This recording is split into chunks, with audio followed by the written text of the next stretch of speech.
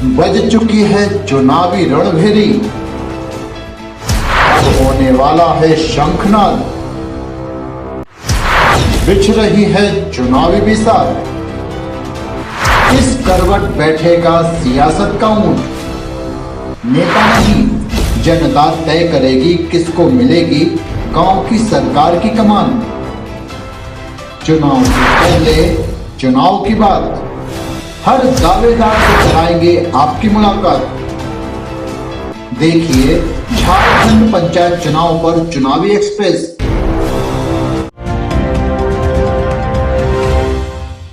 सर्वप्रथम आपके news channel के माध्यम से मैं इंट्रोडक्शन अपना देना चाहता हूँ। मेरा नाम सूरज है, गोड्डा पूर्वी भाग संख्या 17। मेरी मम्मी प्रत्याशी है जिनका नाम देवी है, जिनका चुनाव चिन्ह टॉर्च छाप है और क्रमांक संख्या 4 है। और जिला परिषद प्लेटफॉर्म जो इस बार हमको मिला है, प्लेटफॉर्म देखिए पहले भी हम लोग का समाज का सेवा करते आ रहे हैं, सर्व जाति का सेवा करते आ रहे हैं हम लोग, और इस बार जो मौका मिला है सरकार ने भी मौका दिया है पहली बार, और समाज ने भी मौका दिया है।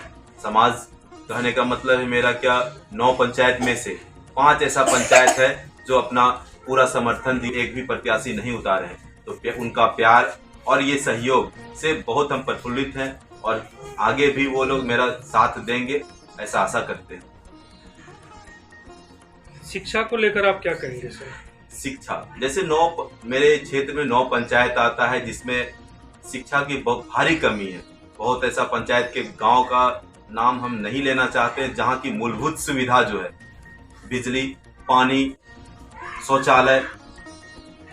जैसे कल एक क्षेत्र भ्रमण करते हुए एक गांव हमको मिला, बस टोला का नाम बताना चाहें, जगदा टोला है। जगदा टोला, वहां की समस्या जो मैंने देखा और ऐसा लगा कि मतलब यहाँ तो पिछले 75 साल में कुछ हुआ ही नहीं है।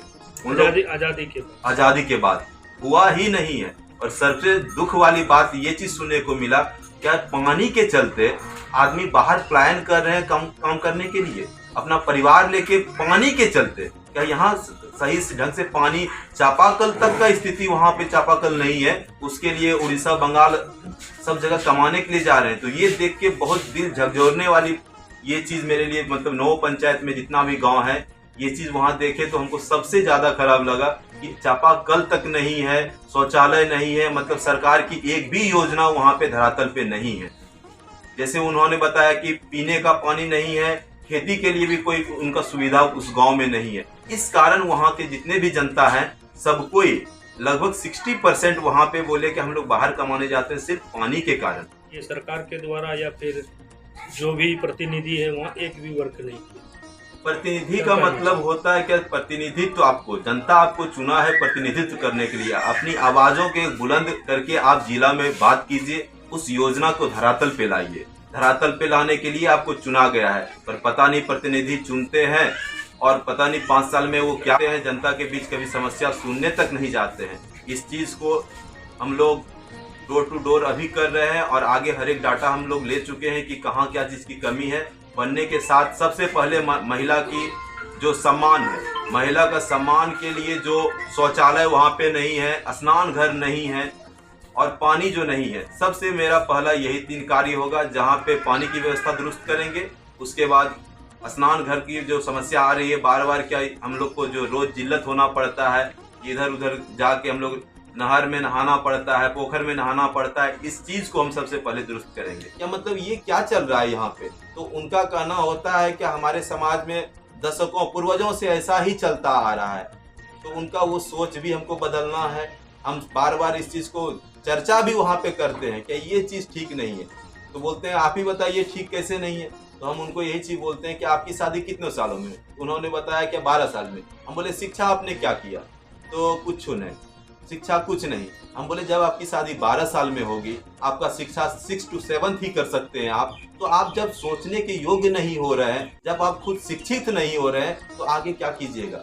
हम बोले कि आपकी कमाई कितना है, क्या करना है? तो बोलते हैं बस जो डेली वेजेस पे हम लोग काम करते हैं, कोई ढलाई में जाते हैं, कोई लेबरी करते हैं। हम बोले क्या पूरा का पूरा समाज? बोला बस इसी से चलता है।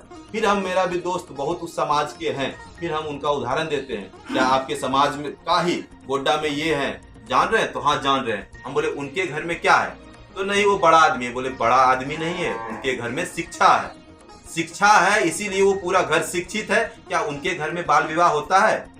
तो उन्होंने बोलता है नहीं नहीं होता है। हम बोले फिर आप लोग क्यों?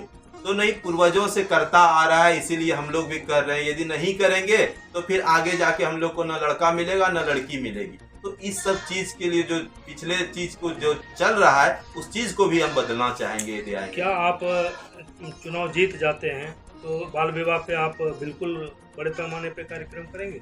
बड़े पैमाने पे तो नहीं पर कोशिश जरूर करेंगे। कोशिश के साथ हम समाज के बीच में बैठ के उनकी राय पहले लेंगे। क्या उनका जो माइंड जो सेट है, माइंड सेट पिछले 80 साल से 75 साल से जो 100 साल से बोल सकते हैं उसको, क्योंकि उन लोग का जो बूढ़े भी हैं उनसे भी मैंने बात किया है और मेरे जो कुछ दोस्त हैं जो गोड्डा में ही हैं उनके थ्रू ये चीज चलाया जा रहा है बाल विवाह को रोक के लिए उसी जाति में, तो उसमें हम भी साथ देंगे।